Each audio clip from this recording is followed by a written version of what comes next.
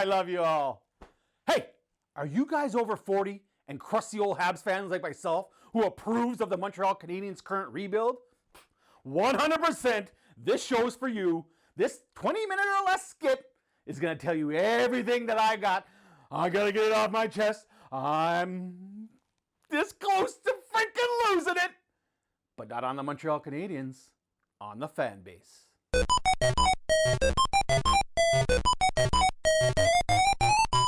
I like that intro. That was done 0600 this morning when I was all brain fog and all juiced up on the caffeine.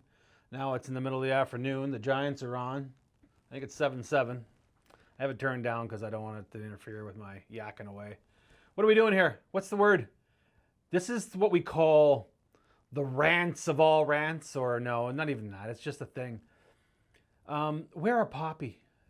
You love your country, right? You're a Canadian. You were born and raised here. Wear a poppy. Well, actually, everyone who is born and raised here wears poppies.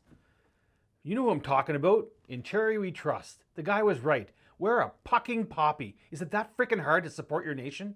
Your nation's troops? All those who sacrificed the ultimate sacrifice? Is it that hard to put a poppy on? Wear a fucking poppy. Just please. And you'll make all the older guys happy and all the vets happy. And you'll make everyone who's proud of this nation happy. Just wear a fucking poppy. It's not that hard. I don't have all the answers. Listen, for 3 years I've been going on and on about the Montreal Canadiens and how they do a complete rebuild. And now you're seeing it why. But I don't have all the answers. I made predictions in August, early August and early September. I picked the Oilers to go to the Cup Finals. That's not looking very good.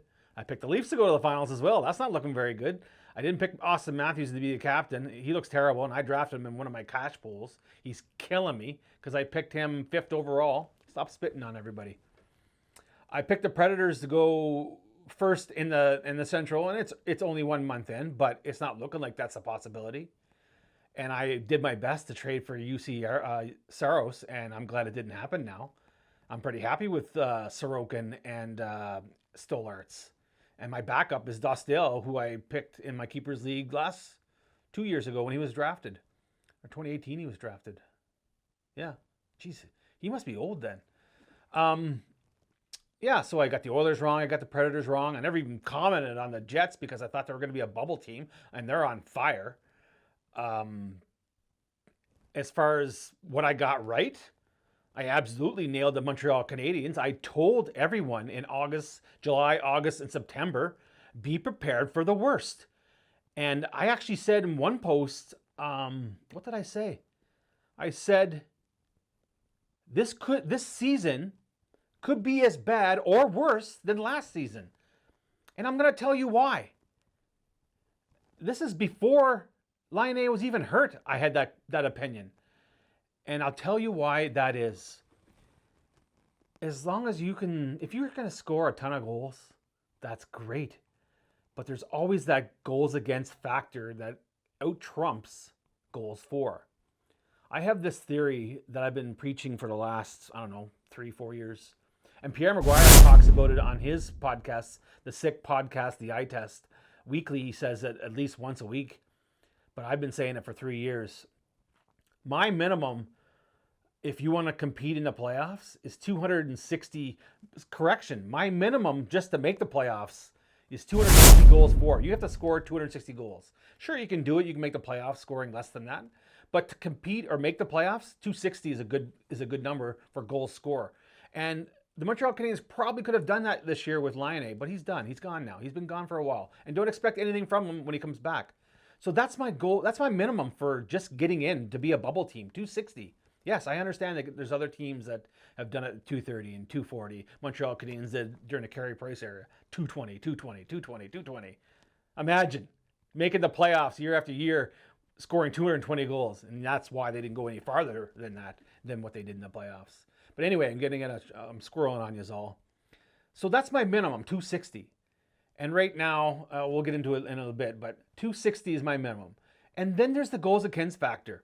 Last year, what did I say in July? 289. The Montreal Canadiens' goals against last year was 289. And of course, there's all kinds of excuses. There is. Injuries, young team, young defense, injuries.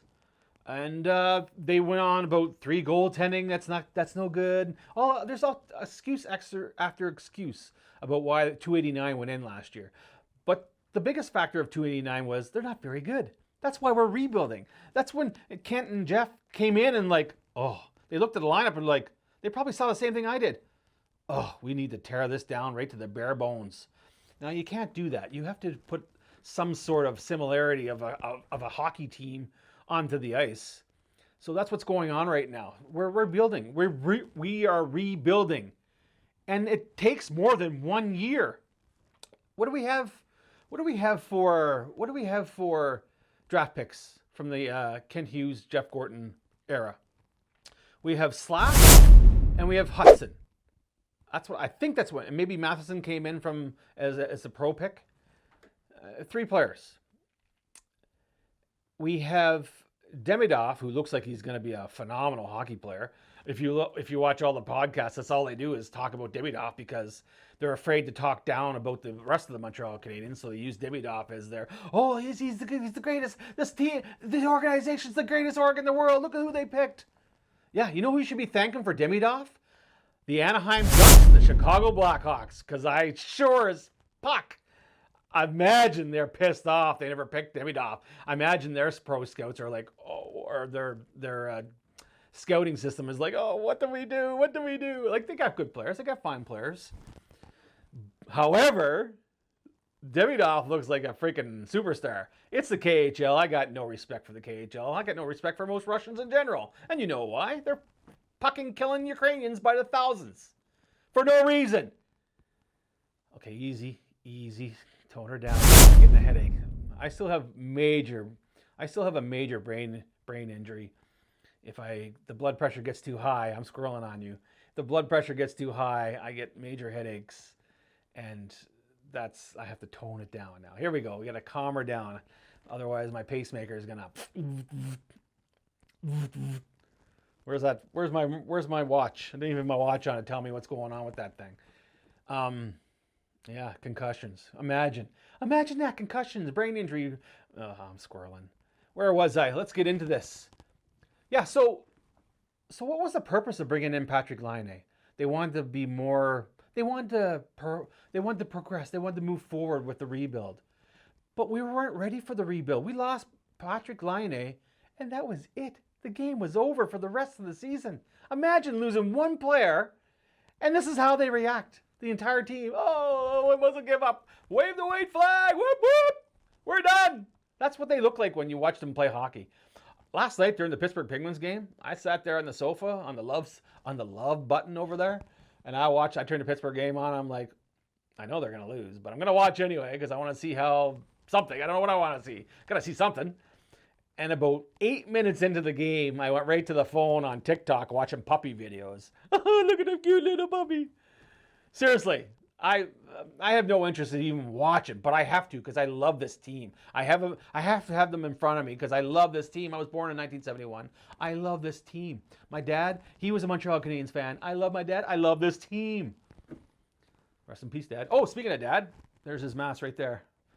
The one on the left, is that left? Stage left? Whatever that means.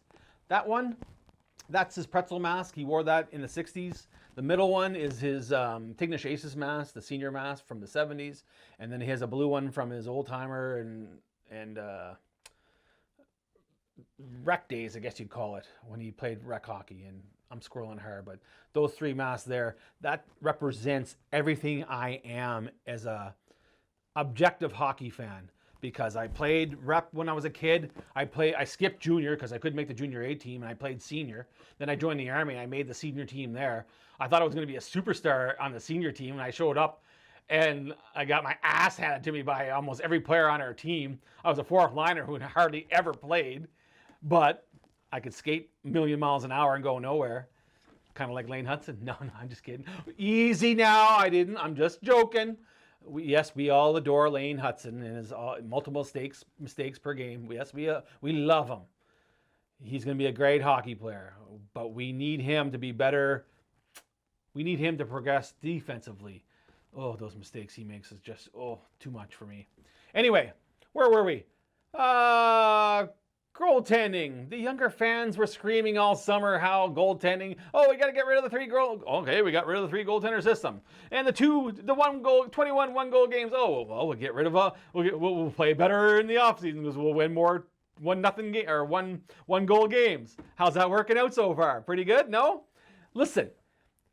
The second that the game was over on game number 1 when Sammy shut out the Toronto Maple Leafs, that second I instantly knew that the internet was going to blow up because we're going to go all the way. Oh my God, we just beat the Toronto Maple Leafs. Holy crap, Sammy's going to save us. And that's the absolute worst scenario in hockey when your goaltender has to do all the work. We've been through that for a decade with Carey Price. I don't want to do that again. And here's the thing. That game, as great as Sam was in stopping, 47 shots, 49 shots?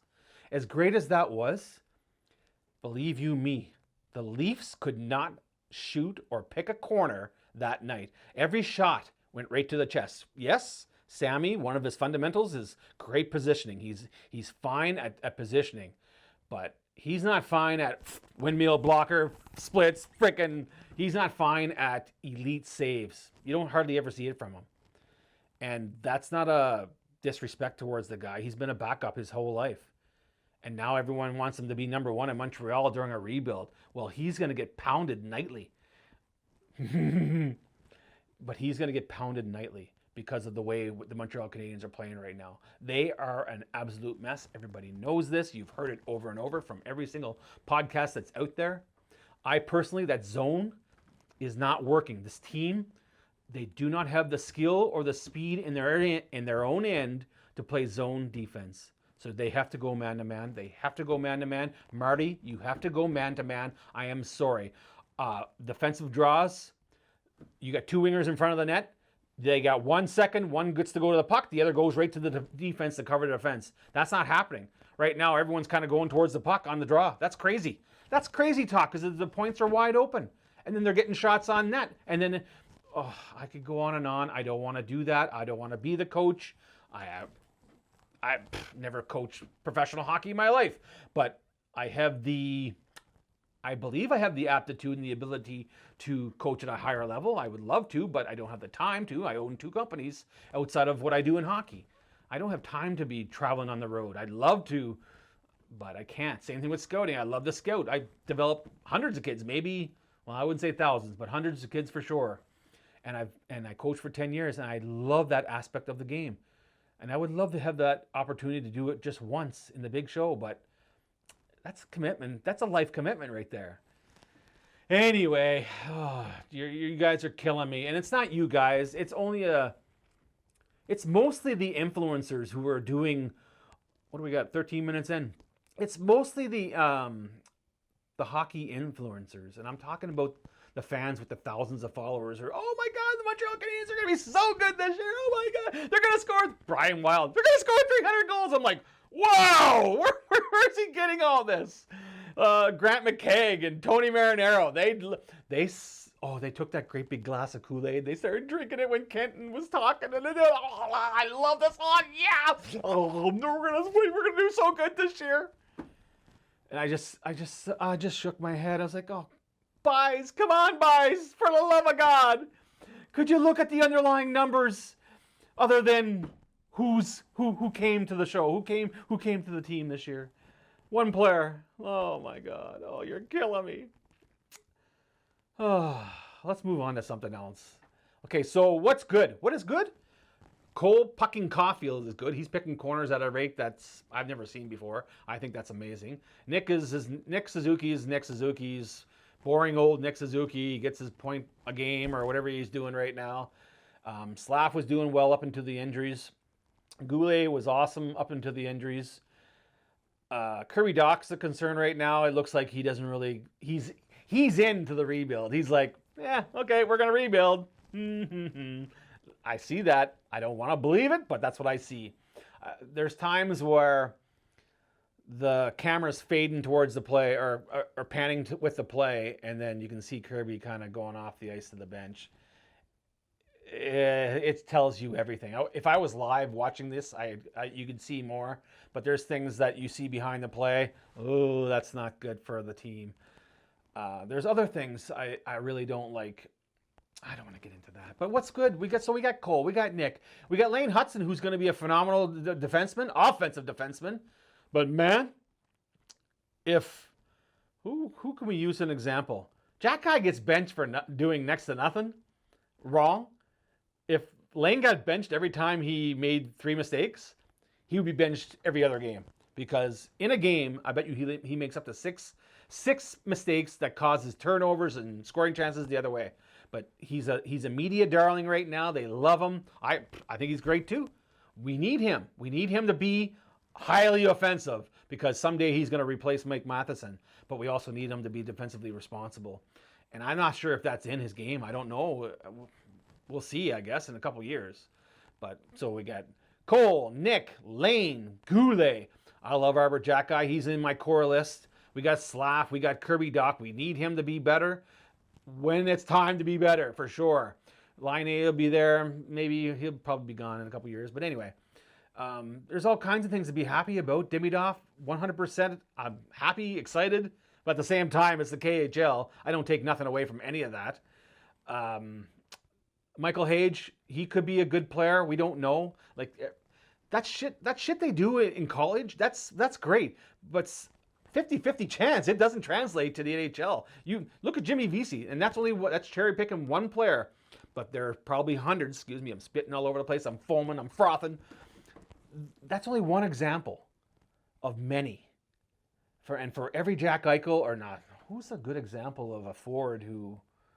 Tage Thompson, maybe? No, I don't remember. I'm trying to think of an example of a player who was really, really good in college and it actually did translate to the NHL and was a second, third round picks. I can't think of any off. That's where you have to look it up, and I'll probably flash it across the bottom there later. Yeah, Hage. What else we got going? I have a whole list of players here. Why don't I just look at them? Oh man, I'm scrolling everywhere. I talked about the 1-0 game. 300 goals, yeah, 300 goals. Sure, they're going to score 300 goals. Talked about the 20-60 rule, 260-200 rule. Yeah, I talked about the 289 rule. Podcast, slurping the Kool-Aid. Yeah, talked about that. Talk about, oh yeah, that I was supposed to say, and you saw those podcasts. Oh, it was gold. It was mint. And speaking of gold, how about Demidov? Now that's gold.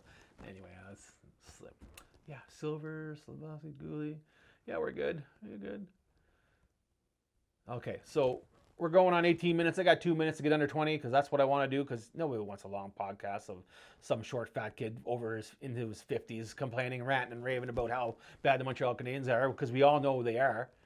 But that's okay because this is rebuilding. We got 2 players from the rebuild. We have a whole bunch more coming in and a really good high pick this summer coming at the next draft.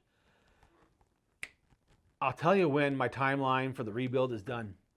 When Jacob Fowler plays his first game and wins it, I'm going to be screaming from the top of my lungs, the rebuild is over. Until then, I'm going through the motions. I'm watching every game, hoping for the best, hoping to be entertained.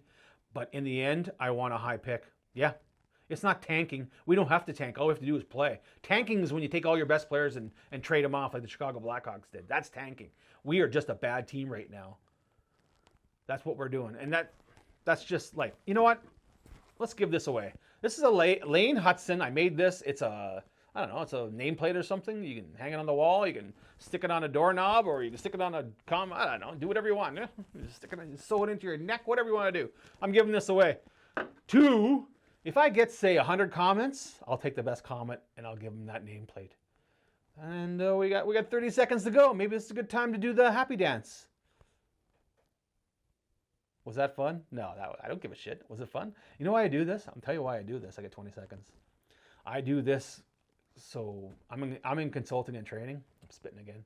I'm in consulting and training, and I do all my own editing.